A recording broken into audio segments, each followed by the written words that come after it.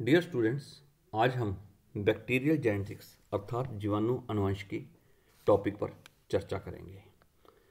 यहाँ पर हमारे मन में एक प्रश्न उठता है कि how DNA act as a genetic material, अर्थात डीएनए किस प्रकार से आनुवंशिक पदार्थ के रूप में कार्य करता है। सजीवों में क्रोमोसोम को ही आनुवंशिकी का माध्यम माना जाता है, क्योंकि इन्हीं के द्वारा ही आनुवंशिक लक्षण एक पीढ़ी से दूसरी पीढ़ी तक पहुंचते हैं। ये क्रोमोसोम मुख्यतः न्यूक्लिक एसिड एवं प्रोटीन के बने होते हैं। क्रोमोसोम की संरचना जटिल होने के कारण पहले प्रोटीन को ही आनुवंशिकी पदार्थ माना जाता था, परंतु विभिन्न एक्सपेरिमेंट से सिद्ध हो गया है कि डीएनए ही आनुवंशिक पदार्थ के रूप में कार्य करता है। सजीवों में मुख्यतः डीएनए पाया जाता है, परंतु कुछ वायरसेस में डीएनए के स्थान पर आरएनए पाया जाता है, अर्थात उनमें डीएनए अनुपस्थित होता है। ऐसे वायरस को आरएनए वायरस कहते हैं और इस प्रकार के वायरस में डीएनए के स्थान पर आरएनए आनुवंशिक पदार्थ होने के कारण आरएनए ही कैरेक्टर्स को एक पीढ़ी से दूसरी पीढ़ी तक लेके जाता है। Evidences in favour of DNA act as genetic material, अर्थात डीएनए आनुवंशिक पदार्थ है, इसके पक्ष में अनेक वैज्ञानिकों ने अनेक परिणाम प्रस्तुत किए। विभिन्न मॉलिक्यूलर बायोलॉजिस्ट द्वारा यह सिद्ध हो चुका है कि डीएनए ही आनुवंशिक पदार्थ के रूप में कार्य करता है और एक पीढ़ी से दूसरी पीढ़ी तक आनुवंशिक सूचनाओं को स्थानांतरित करता है। बैक्टीरिया में जेनेटिक्स मटेरियल का अर्थात आनुवंशिक पदार्थ का आदान प्रदान तीन प्रकार से संपन्न होता है, जिनमें प्रमुख है बैक्टीरियल ट्रांसफॉर्मेशन, ट्रांसडक्शन एवं कॉन्जुगेशन अर्थात संयुग्मन।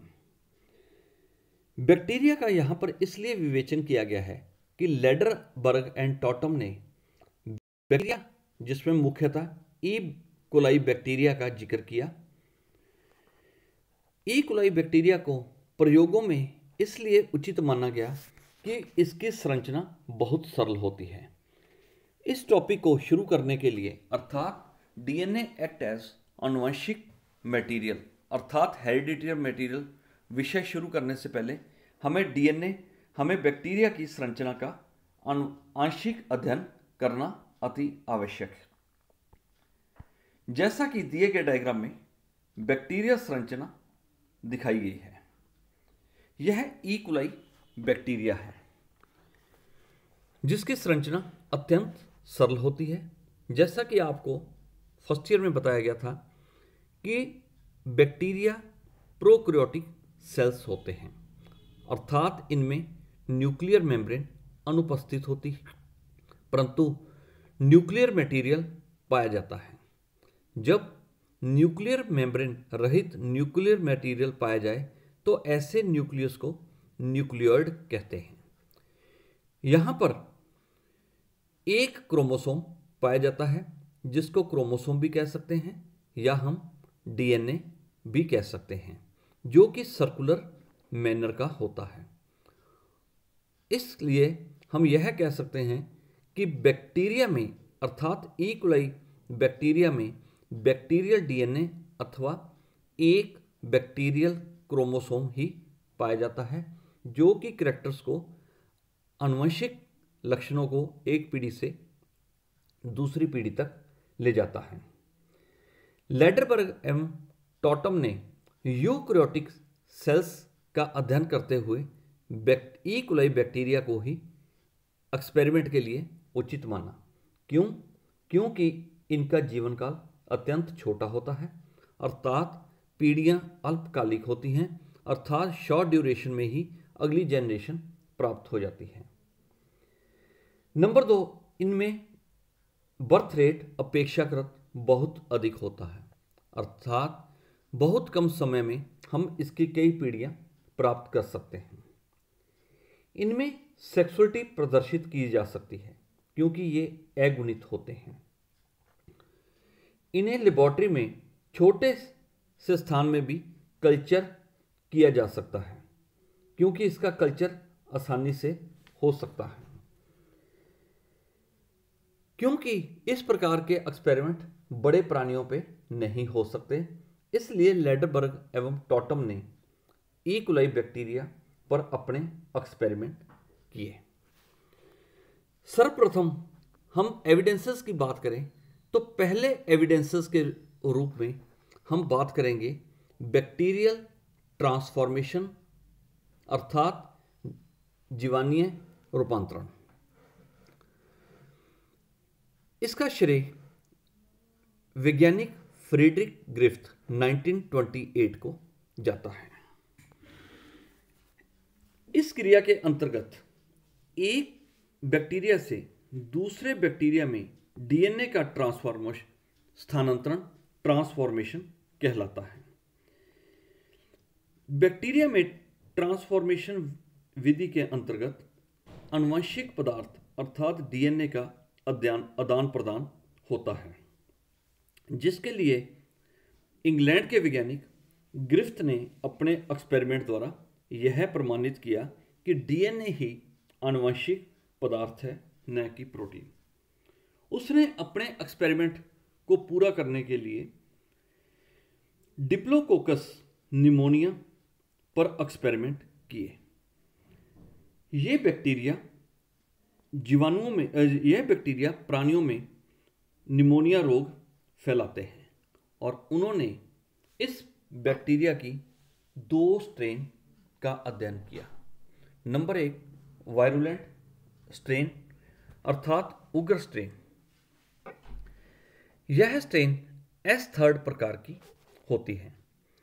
इस स्ट्रेन के बैक्टीरिया में बैक्टीरिया के बाहर पॉलीसैकेराइड जो कि जटिल कार्बोहाइड्रेट है से निर्मित कैप्सूल जाता है और यह बैक्टीरिया चूहों में निमोनिया रोग फैलाने में सक्षम होते हैं और इन बैक्टीरिया की कॉलोनी स्मूथ प्रतीत होती है, इसलिए इसे S3 बैक्टीरिया के नाम से भी जाना जाता है। दूसरी स्ट्रेन है ए वायरुलेंट स्ट्रेन अर्थात अनुग्र स्ट्रेन, जिसे R2 कहते हैं।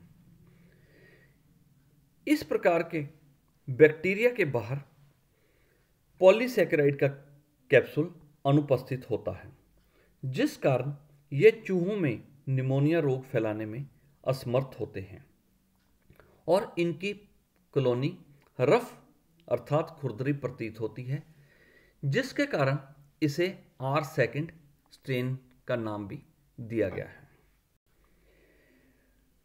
ग्रिफ्थ ने उन दोनों स्ट्रेन के द्वारा निम्न 4 एक्सपेरिमेंट किए।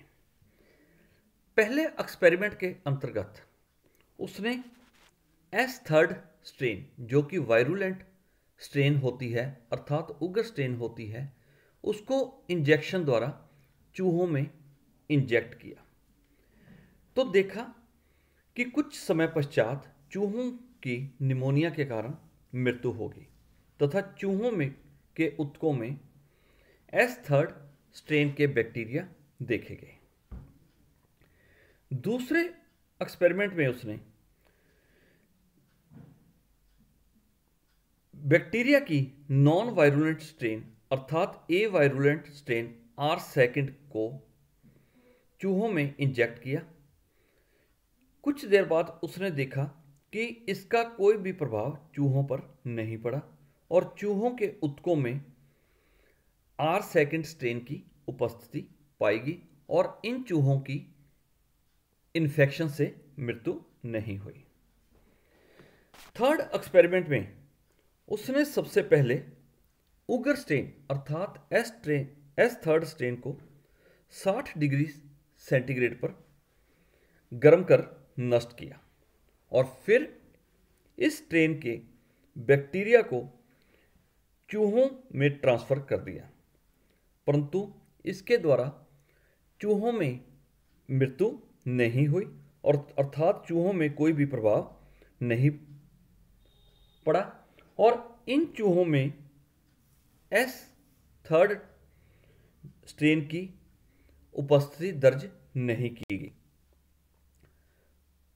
4th स्ट्रेन में उसने S3 स्ट्रेन को 60 डिग्री सेंटीग्रेड पर गर्म किया, फिर उसमें R2 स्ट्रेन जो कि नॉन वायरुलेंट स्ट्रेन थी उसके साथ मिलाकर चूहों में इंजेक्ट कर दिया। तो कुछ देर बाद उसने देखा कि चूहों की निमोनिया के कारण मृत्यु हो गई और मृत चूहों के ऊतकों में S3 स्ट्रेन के जीवित बैक्टीरिया की उपस्थिति पाई गई, जिससे ग्रिफ्थ ने यह निष्कर्ष निकाला कि दोनों स्ट्रेन के बीच में आनुवंशिक पदार्थ का आदान प्रदान हुआ है और उसने निष्कर्ष निकाला कि जब S3 बैक्टीरिया को 60 डिग्री सेंटीग्रेड पर गर्म किया तो उसका कैप्सूल जो कि पॉलीसैकेराइड का था वह तो नष्ट हो गया, परंतु उसका डीएनए मटेरियल इंटैक्ट रहा। जब बॉयल्ड S3 स्ट्रेन के बैक्टीरिया को R2 बैक्टीरिया के साथ मिक्स किया तो S3 बैक्टीरिया का डीएनए R2 के स्ट्रेन के बैक्टीरिया में प्रवेश कर गया और उसने जाकर R2 के बाहर एक कवच का निर्माण जो कि पॉलीसैकेराइड का होता है का निर्माण कर दिया और इसी कवच के कारण ही चूहों की मृत्यु हो गई और रूपांतरण की इस घटना को ग्रिफ्थ इफेक्ट या बैक्टीरियल ट्रांसफॉर्मेशन के नाम से जाना जाता है। ग्रिफ्थ के इस प्रभाव को नीमन डायग्राम द्वारा भी दर्शाया गया है, जो कि क्रमशः A, B, C एवं D में चित्रित किया गया है। A डायग्राम में S3 स्ट्रेन का प्रयोग किया गया, B डायग्राम में R2 जो कि A वायरुलेंट स्ट्रेन है उसका प्रयोग किया गया, C डायग्राम में S3 स्ट्रेन